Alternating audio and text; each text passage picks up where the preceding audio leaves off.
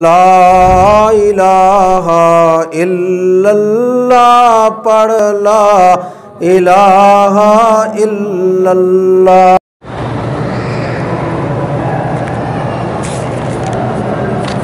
میقات کے باہر سے جو لوگ آئیں گے نا، یاد رکھو، مثلا پاکستان سے آئیں، انڈیا سے آئیں، کہیں سے آئیں، تو ان کو تینوں حج کرنے کا اختیار ہے۔ چاہے حج افراد کا احرام باندھ لیں، چاہے عمرے کا باندھ کے پھر حج کا احرام باندھے، تمتع ہو گیا، چاہے حج اور عمرے دونوں کو ملا کے قران کا احرام، ان کی مرضی۔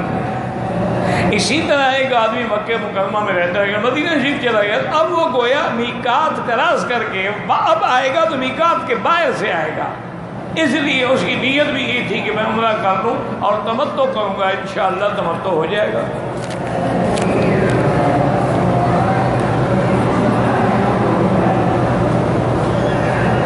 حج افراد کے لیے طواف قدوم جو ہے وہ سنت ہے، کرنا چاہیے، لیکن اگر نہیں کیا تو کوئی بھی، جیسے مکے والوں کا افراد ہے، وہ طواف نہ کریں، احرام باندھ کے سیدھے مینا چلے جائیں، جائز ہے۔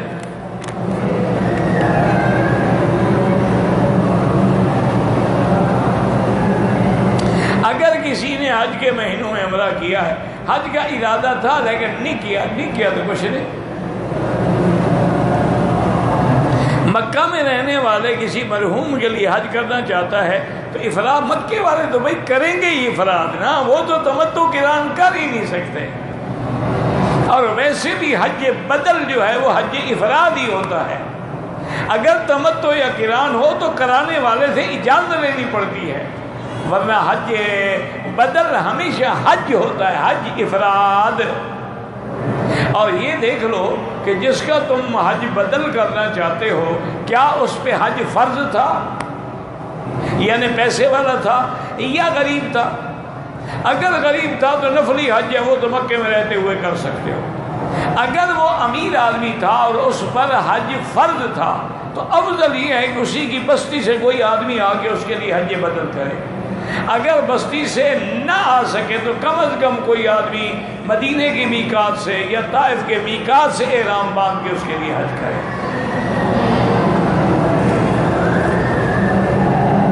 جبل رحمت کی کوئی فضیلت نہیں ہے، نہ اس پہ چڑھنا جائز ہے۔